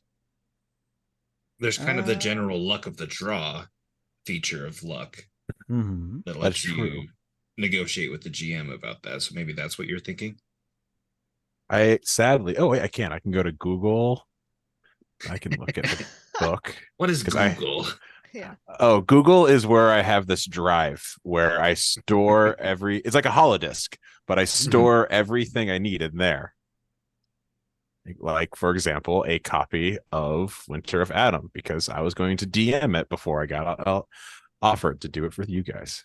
Yeah, I'm reading through the campsite rules. I'm not seeing anything that you get to. I think that's just included within your perception survivor role. Oh, here we go. Someone in chat says page 43. Oh, never mind.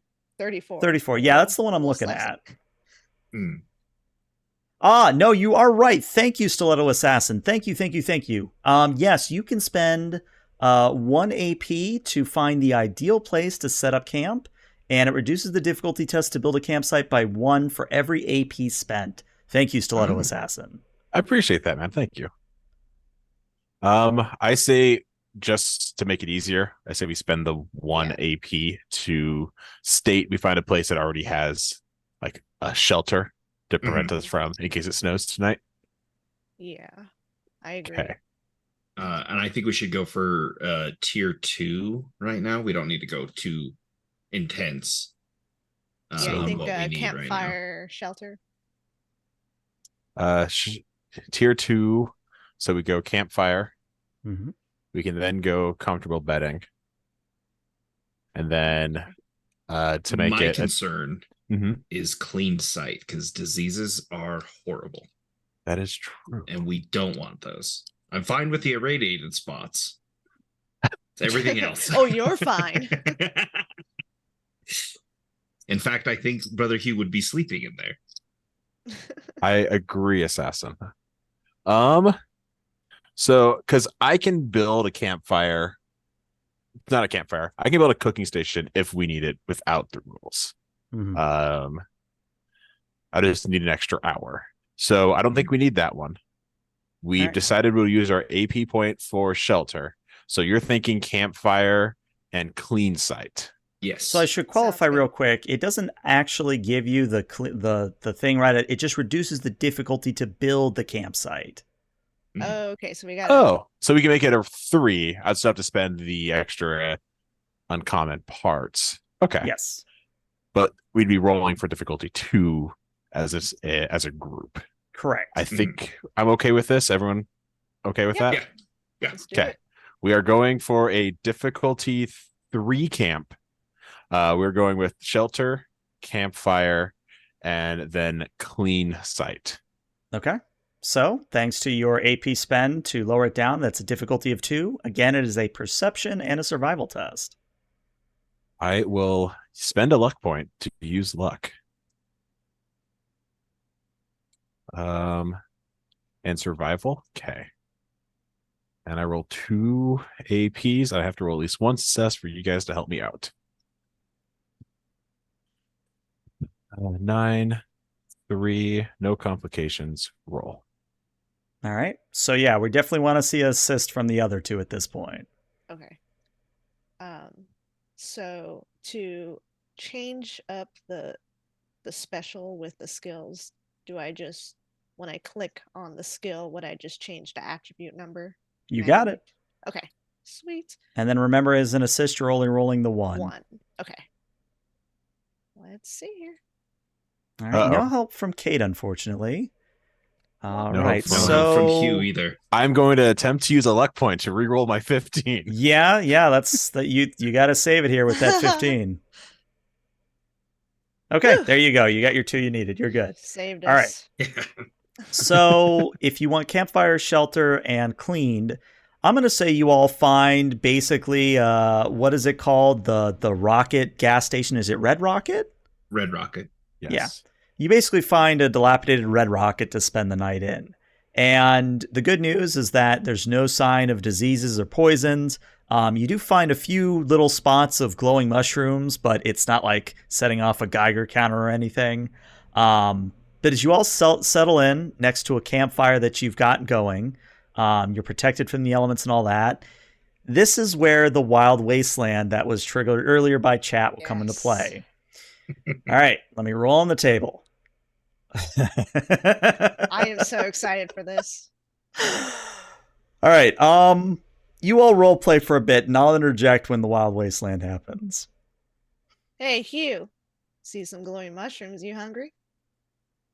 For now, I am sated. I don't need to partake more of Adam's glory, for it needs to spread and grow more. Okay. Some glowing spores, you say? Yes. Hmm. This is a very good campsite.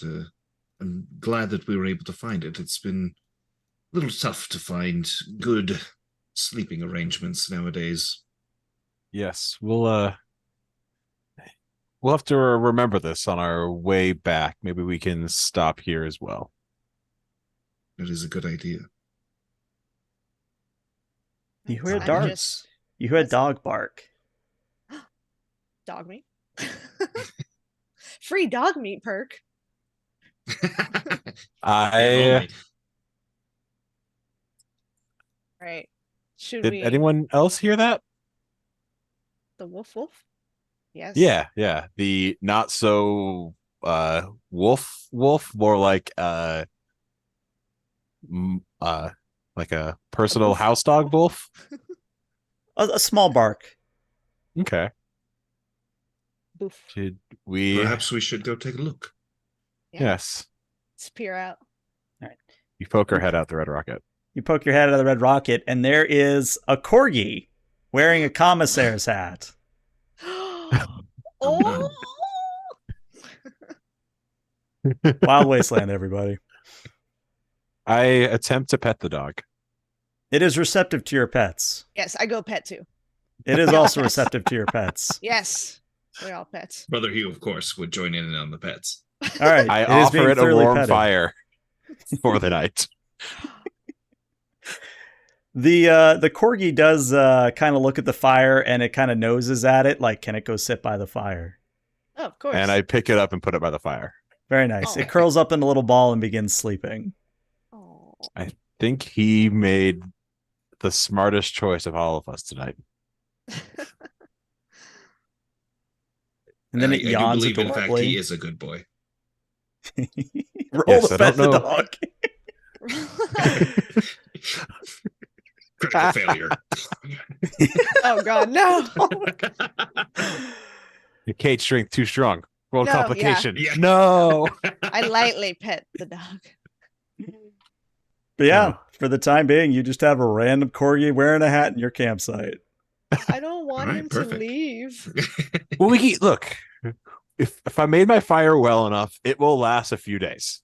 All right, good. So maybe it will be here still when we come back if it doesn't just start following us. Or maybe gonna we can try. entice him with some crispy squirrel bits that we just got. Yes. Its ears perk up. Ooh. I mean, can we give him a little bit without taking it fully away from our inventory? Well, Do it's you want 1-to-1. So if you give him squirrel bits, you Mm. got to subtract 1 from your inventory. I will hand Kate one of my squirrel bits. Nice. Thank you. And I'm gonna go, here, boy. Here, boy. Perks up, pants a little bit. Go, ruff, Nice. ruff, Do you want a crispy squirrel bit? ruff, Extra crispy. ruff, All ruff, right, ruff. and I'm gonna kind of like flip it over to him like a coin. He catches it midair. Nice. Good boy. Good I just spent boy. AP for that too. Nice job, man. Real skilled dog. And I'm gonna point to the general direction of Diamond City just so it knows. I'm gonna point like a dog so that it knows to head that way if needed. Okay. So at this gas station, you get down on all fours and point Yes. like a dog to the dog. Yes. It'll understand. The dog kind of does that thing where it tilts its head to the side and it perks its ears up, and it's like, what? I go, woof, woof. It goes back to sleep. It curls up and goes back to sleep. Well, I tried. You may have offended him in his native tongue. Oh. It is possible. Oh. Well, I got the crispy squirrel bit, so he'll forgive me. Sorry, I got distracted by an idea that wasn't my own that just magically popped in my head. No, go ahead. Share the idea. Can I know now if the dog will die before I get invested? I do not plan on putting the dog in combat unless someone takes the dog meat perk. And I have no plans for that. And I will follow the dog's idea and roll up back to bed. All right. Same here. I'm gonna cuddle my new bat as well. Okay. Go ahead and mark off 1 food, 1 drink, and if you weren't already at full HP for some reason, go ahead and get that all up. Your fatigue is reset because you had a warm campfire and shelter from the elements. But the next day, you awaken, and it's much more quiet than you remember it being. Like, you went to sleep, and you were just, seeing the wisps of snow starting to come down. But when you wake up and look outside, you see that there's now another layer of snow on top of the one that was already there. So now you're trudging through about ankle deep snow, all things considered. But again, it's very quiet. Snow is a very sound dampening weather phenomenon where even as you speak normally, it feels like you're whispering or that you should whisper. Okay. The chat. Build a snowman. I A am corgi-shaped snowman. assuming if I have an hour of, let's say, prep time in the morning, I would Mhm. like to attempt to turn some of this snow into dirty water. Okay. How much do you want to attempt to turn? Let's just say 6. Okay. There's Would you definitely like- enough of it. You could spend as Yeah. much time as you wanted doing this. So The idea is just enough time for us to pack up, assuming I was up first, and I think it's okay. yeah, just enough time for everyone to start packing up. I would have used that extra time to make enough dirty water Okay. to hold us off for just in case. All right. Go ahead and roll that because you could get AP. True. Challenge would be a 0, but I can still get AP. Crafting is an intelligence survival for crafting food. Mhm. So survival, then 8 as my modifier. While you're doing this, Brother Hugh comes up behind you with his water and he's stirring it with one of the glowing mushrooms. Little My- mushroom tea. Goal is to make it unirradiated for us less immune, but you're always welcome to drink it before I do that, sir. It is the sacrament of Adam to drink it unpurified. Understandable. As much as I'm still learning your religion, I at least understand that much. Speaking of, when I ate my food, I ate one of the carrots and I didn't get any more radiation. I saw that. I shook my Sad head day. in Oh, sadness. speaking of, for those who don't know the new origin for Children of Adam, I had a radiation point that I could have spent, but when you sleep, it goes away. Oh, it's so sad. So I didn't get to hit anything and give it radiation. Well, didn't you Could you just hit drink water yourself? with a glowing mushroom? If you'll give me one. Yeah, you can have your one back. Nice. Do I take radiation damage for it? Yeah, you still take the 1 radiation damage. And then I think dirty water is 1 more, correct? So would that be 2 total? Oh, I drink purified water, but Oh. if we keep any dirty water around, I can. How about crazy idea? You use one of my dirty waters I just made, and you keep the purified waters for us. Okay. In fact, why don't you take that purified water and you can drink Okay. that? I will now go to 5 dirty waters, and then go to one more purified water. Okay, and then I am all done with basic camp setup. I mean, well, I guess pickup. Nice. And I am all done with the corgi snowman. The most important feature of the campsite. Yes. Yes, playing with the Kurogi in the snow. All right. Well, the good news is that whenever you do break down your campsite, you get half the material cost back rounded up. So since you made a tier 3, you would get 2 common back and 1 uncommon back. And yeah, as you all are packing up, the corgi does seem to linger in the Red Rocket gas station. It doesn't look like it really wants to go play in the snow more than it already has. It's like, I don't know if any of you have ever had like a longer haired dog, but it's like its legs have those clumps of snow stuck to Yes. it where it's trying to shake it off, but it's just not going anywhere, and it just gives up and lays down on the embers next to the embers of the campfire. I will let it keep 2 of my common parts Okay. to keep that fire going for him. Okay. What it's gonna do? Use its paws to like dig it in there. Yeah. So the 2 common materials I would have gotten back, I will just keep the fire running and only take the 1 uncommon. Fair enough. All right. Well, at this, I am debating whether we should call it here for session 1, because we've got 2 combat sections coming up, and that might take a little bit. What do you guys think? I I'm really want happy to to- try a combat though. I honestly could do another hour or 2 tonight if we Yep. would like to push. Same here. And the other thing too is, if we think it's going to take too long, we could at least get up to the enemies. Fair and enough. No, we're fighting next time. Okay. You know what? Fair enough. We'll keep going at least till the top of the hour, and we'll see where we're at. Okay. All right, so it is time for another Navigating the Wasteland roll. So if you want to do another difficulty 1, we'll sort of see what happens. And again, got that this, roll is Kate. an endurance and a survival on Kate's part. Right. Let's see here. Should I just do let's see what we got in AP. It's difficulty 1. Okay. Let me just Mhm. roll here. All right.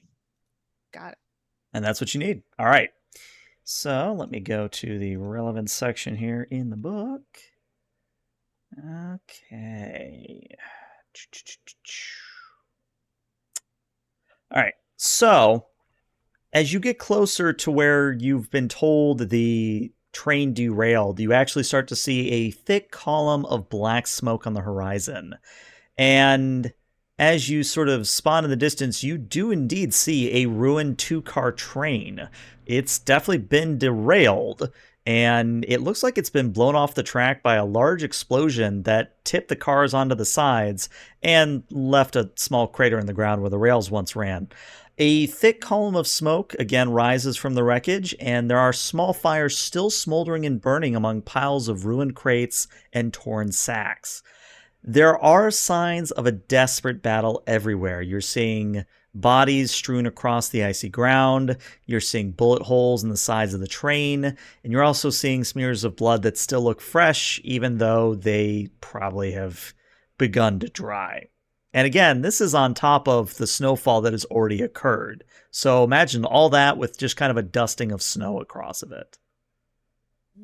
Be cautious, guys. That blood isn't frozen enough to be from as long ago as Evie was stating. In a crater. Sounds like maybe a mini nuke here, maybe. I don't know. If Adam's tools were used in this, I can easily find out, and I start walking unperturbed straight towards it. Do you like wave your hand over to like a Geiger counter? Waiting for the warmth to embody him. Yeah. Yes. All right. Brother Hugh, go ahead and give me a very much classic perception and survival test at a difficulty of 1. Okay, perception survival. It's unfortunate that Brother Hugh's a little bit older, so his perception is lower. Uh-oh. Uh-oh. Ooh. Do you want to luck it? No, I'm gonna take it this time. Okay. So, as you go up to inspect the blood, you get up real close to the train car, and then you hear a commotion, and you look up, and looking back at you is a scavenger, wearing very much similar to a raider's outfit, but not as spiky. But you look at them, they look at you, they slowly reach for their pipe gun and start to shout. And if you want to stop them shouting, I'll give you 1 chance to do so, but they are going to shout if you don't stop them. Brother Hugh's gonna look at him and say, "Let us not create a division earlier than what it needs to be." Speech difficulty of 4. Ooh. Ugh. So I'm gonna Everything. I'll spend 1 to get another one because I still got luck, so I'll keep it for this. Okay. Okay, and then I'm gonna re-roll 2 of them with 2 of my luck. Oh, Oh my my goodness God. gracious! Oh my Adam. So you say these words, and he is going to yell, "Hey, boys, we got more of them." And the complication is going to be that he does fire his pipe gun directly at you. So what is your defense out of curiosity? 1. Okay. So it is a 1 to hit you. Pulling up the scavenger here. Pipe gun, go. It's tagged. Oh, my Lord. Really? Really? Is that my first By roll of the grace game? of Adam. Adam saw it, yes. Really? Oh my. Will Okay, of so here's what Adam. happens. He goes for his gun, makes the shout, he pulls the trigger, and his gun literally disintegrates in his hand. It completely just falls apart to pieces. He looks down at his empty hand. He looks at you, looks back over his shoulder and goes, "Guys, I've changed my mind. There's nobody here. Nobody here at all."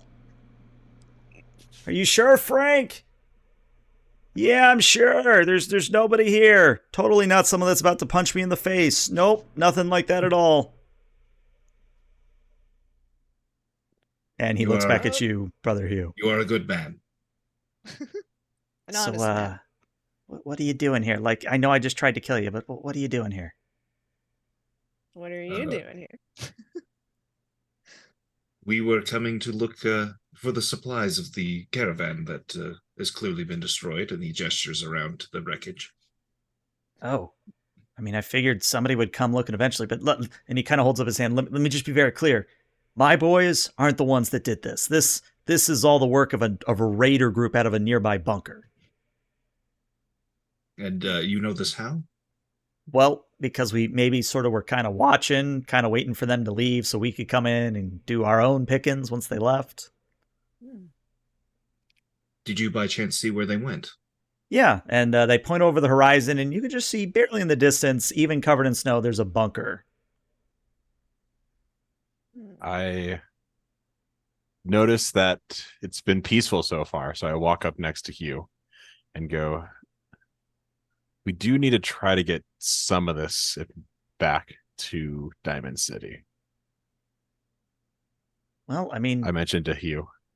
yeah, the scavenger says, yeah, I mean, I'm gonna be honest with you. No, the reason we're even picking this thing is because we all got to eat. Times are getting tough out here in the winter. Mm-hmm.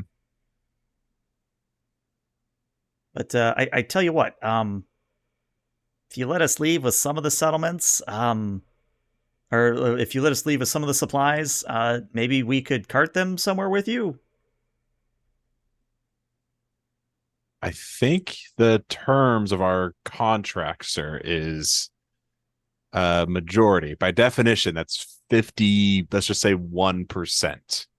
Do you guys feel like you'd be taking more than 50% of the stuff here? Oh, hell. And he actually takes off his cap and puts on his chest. Hell, you're an honest man. I was expecting like a 75-25 split in your favor. I'm the one that mentions the contract. Who's the one that does the negotiating? Yes, his mouth is not as sharp as his wit. And I back away again, like Homer Simpson in a bush. Tell me, what was your name? Well, it's Frankie. Frankie. How many mouths do you have to feed? 3 more besides myself. Well, Diamond City has a great many mouths to feed. So the more we can bring back for them, the better off they'll be. But we're more than happy to spread the food amongst the many mouths that need the food. Hey, wait a second. Diamond City. You think if we brought the supplies to Diamond City, they might let us stay there? I mean, it'd be better than staying out here. I'm more than positive that they would. Of course, you'd have to mention our names and that we assisted you in the matter. I'd recommend wearing less raider gear. That too. Yeah. Maybe we can get rid of the spikes. I can always use more spikes. Give me a minute. I'll go talk with the boys, and I totally will not try to kill you again. And he looks down at the remains of his gun that are on the ground. Just give me a moment. How long do you think it would take? Maybe I can try to fix the gun for you to sweeten the deal. I don't know, 5 minutes, 10 minutes? Ooh, I can't work that fast. I apologize, sir. Maybe if we run into it again at Diamond City. Sure. Give me a moment. And do you let him go into the train car? I don't see why not. Okay. Adam has already brought his will clearly in defending his chosen. While Clearly, Hugh looks proud, I am walking back away where I may have a rock between me if someone tried to shoot at me. All right. Kate, what I'll about you? steady. I'll kind of hold my bat and just kind of look around and just be at the ready. And also, I'm at awe of the power of Adam to protect you. Fair enough. All right. Well, he heads back into the train car. You hear muffled sounds of a conversation going on. You only get a few words here and there, but it's mostly positive. Like, hey, man, if we do this, maybe we can get into Diamond City. It's got to be better than staying out here, et cetera, et cetera. And about 5-10 minutes later, 4 gentlemen, including Frankie, come out. And they're not going for their weapons, but they are carrying large sacks of grain and other foodstuffs. And they kind of look you up and down and go, all right, this is probably about as much as we can carry. You said we had to mention your names. What should we tell the guards at Diamond City? Well, I'm Kate, Raging Kate. And here is Brother Hugh, as you have been talking to, and as well as Professor Clayman. So Raging Kate, Brother Hugh, Professor Clayman. Okay. Got it. If you forget our names, just mention the group of individuals who helped Evie get back into town. Mm-hmm. Okay, Evie, that's going to be much easier to remember. Yes, you can also just say the newest additions to Diamond City. Again, my mouth. I don't do all the fancy talking. He does that. Okay. And if you All right. happen to see a corgi along the way, make sure to take him with you. Corgi? What's a corgi? It's like dog meat. It's a dog house, It's a like a dog. household dog, but let's just say cuteness turned to 11, like a Marshall amp, and about yay big. It's Man. also wearing an adorable hat. Man, they do really strange stuff with FEV these days. Probably the most successful. I won't correct that. experiment. I'll let you believe that, sir. Frankie kind of tilts his head like, okay. And if you let them leave, they are going to start heading towards the direction of Diamond City. All right. Yeah. Goodbye. But as soon as they're out of earshot, you hear Uh-oh. what sounds like the clinking of chains coming from inside the train car. Did they tie someone up in there? What's going on? Can we take a peek?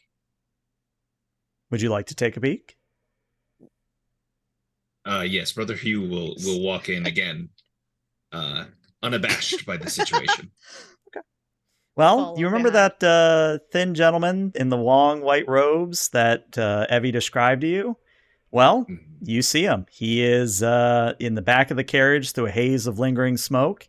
He is chained by one of his hands to one of the walls, but he just chilling. He seems like this is average day for him. You know, he doesn't seem overly perturbed or concerned.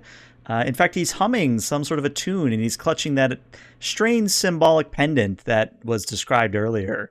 And it does indeed glow with a soft yellow light. Oh, Hugh, this is all you.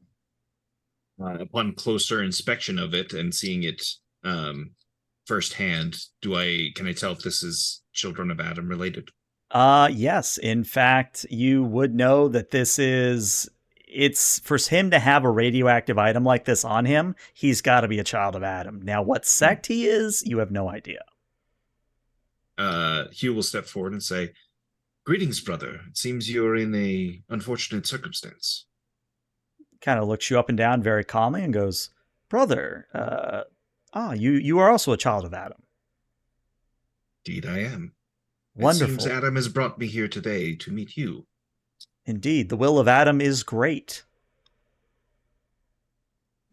These are my compatriots. This is Raging Kate, and this is the Professor, as I like to call it. I wave from outside the train car while I'm just watching.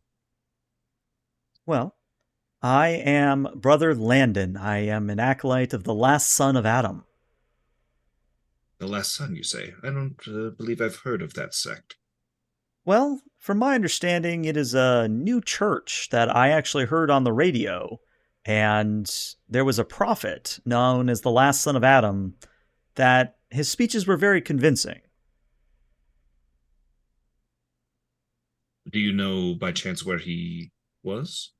I believe there is a site I was traveling to somewhere in the glowing sea, but as you well know, Adam will lead you to where you are going, if you believe. Of course. Believes all right. Are you making your way there now? Well, I would if it weren't for any pulls at the chain a little bit. Well, I could help you out with that predicament, maybe. Is it possible I could smash it to bits? Yeah. Go ahead and roll me a melee attack, and as long as you don't roll a complication, you will be able to bash the chain. All right, nice. Okay, here we go.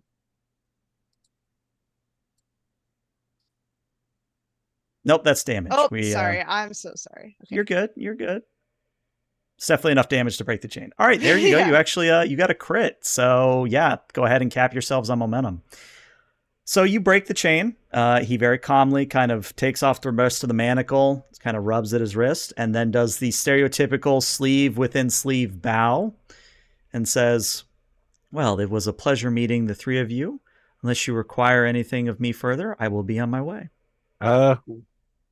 What do you know of the train crashing? Well, I can tell you that I joined the train for protection, but as you can see, that did not go out so well. And they chained you up? No, that was the gentleman that just left. Oh. Oh. Huh. Well, they may have seen the ways of Adam now, and possibly in the future we could have some new members to the family. Yeah. We Perhaps. told them what for. Why were they wanting to chain you up? I believe they thought I was, and I use their own words here, creepy. I've heard that description before as well, but the description I had is that there was a thin man overlooking the train wreckage. Is there another of your brothers that was with you, or do you believe that was you? There were no others like me here. That might just be a case of mistaken identity. Is there a way I can tell if he's lying? Yeah, let me think here. Let's call this a perception, and then what do I make the skill is the question. Oh, Lord. Melee. How about perception and speech? Okay. I like that combination. Difficulty of 1 here. Okay.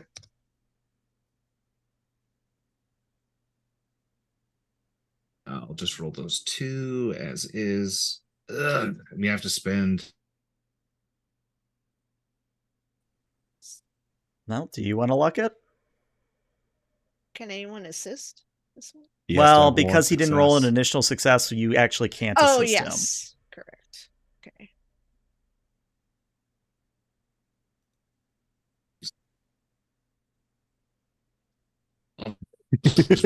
Well, Double reroll.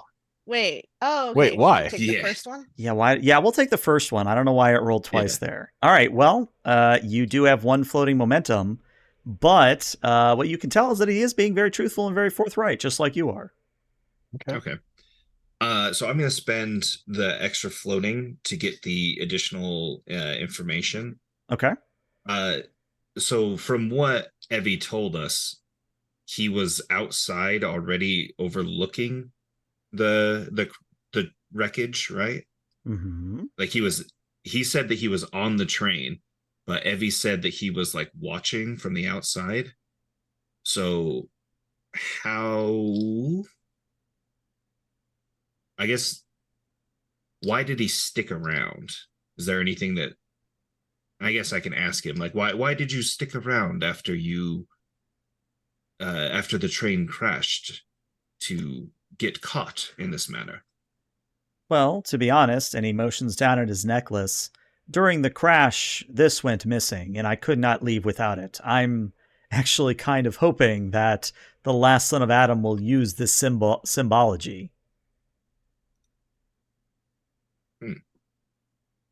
Interesting. I Well, look at it's- Professor Ren and I'm just like, do you have any idea what the hell they're talking about? Yeah, the thing on his neck is glowing because of radiation.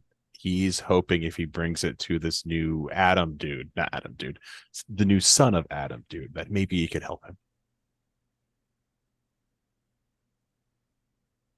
It's like this is Hugh's little buddy pal here.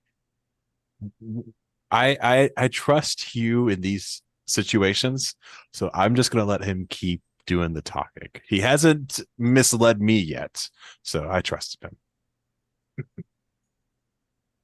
So I turn to him and say, Brother Landon, how are your supplies to make your way down to the glowing sea? Because it's quite a far travel from here. And he kind of motions at his robes, but doesn't actually produce any foodstuffs, and he says, I have an adequate amount, but thank you for your concern. Well, if your journey is prepared, then let us not be in your way. Of course, and may the Atom divide you. And divide you as well. Divide me. And that, I think, is where we're going to end the session as you all kind of watch from the train car as we see Brother Landon disappear into the distance. That's where we're going to end session 1. So, what'd you guys think? I had Oh, fun. Yeah, it's cool. I still have over 5 luck points to spend. I too had fun. Excellent. That's what I like to hear. No, of All course, right. it was very Well, enjoyable. Yeah, again, Yeah. what I like to hear. All right. Well, Twitch, there were a lot of you here tonight. I want to say thank you all for coming out. Again, YouTube, you're missing out if you're not watching live, but I understand if you want to stick to YouTube. But Twitch, stick around because we're going to raid somebody. But YouTube, we'll see you later. Bye, YouTube.